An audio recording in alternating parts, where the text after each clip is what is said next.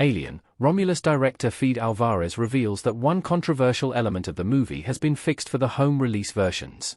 Hitting theaters last August, the seventh installment in the Alien franchise stars Kelly Spini, David Johnson, and Isabella Merced, among others, as a young crew who encounters a xenomorph while aboard a derelict space station.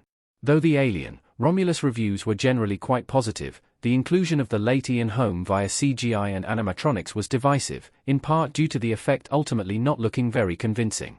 During a recent interview with Empire, Alvarez confirms that Rook, the synthetic that Home appeared as in Alien, Romulus, has been touched up and improved for the home release versions of the movie. According to the director, he wasn't entirely satisfied with how the effect looked in the movie, but there ultimately wasn't enough time to fix it before release. Alvarez explains that a mix of techniques was used to bring Rook to life, including a practical animatronic and digital effects. As production progressed, it was decided that Rook be more digital, but the filmmaker reveals that the version of Rook in the home entertainment versions feature much more of the animatronic. Check out Alvarez's comment below. What the Rook changes mean for Alien, Romulus home release.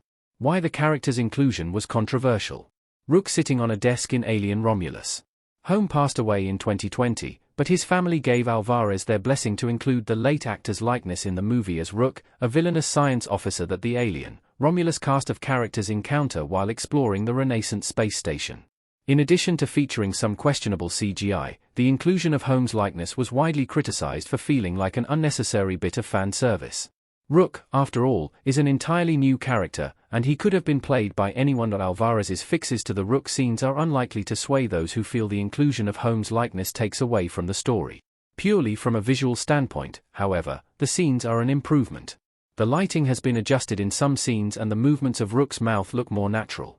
Even before the changes, Alien, Romulus was a success both critically and commercially, but the changes will be sure to make it a title that is easier to revisit in the years ahead. Our take on Alvarez's Rook changes in Alien, Romulus. The updates are a welcome improvement. Rook looking angry in Alien Romulus.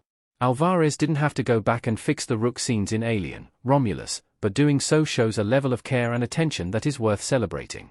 Carrying out these changes would also have taken a not insignificant investment from the studio, speaking to their commitment to the movie and Alvarez's vision.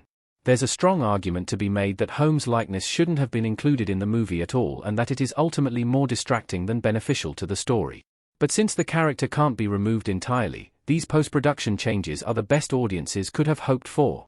With an Alien, Romulus sequel in development, it's looking like Alvarez will be returning to the franchise, and rewatching his debut installment in the saga will now be even more enjoyable.